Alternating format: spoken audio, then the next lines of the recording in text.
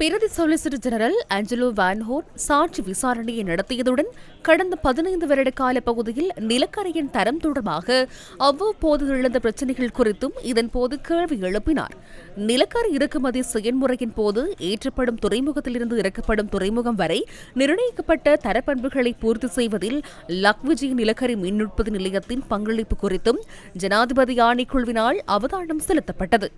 ஏற்றப்படும் துறைமுகத்தில் வழங்கப்படும் ஆய்வக அறிக்கைகளுக்கும் தரையிறக்கும் போது பெறப்படும் ஆய்வக அறிக்கைகளுக்கும் இடையே முரண்பாடுகள் காணப்படுகின்றமை இங்கு அவதானிக்கப்பட்ட மற்றொரு விடயமாகும்.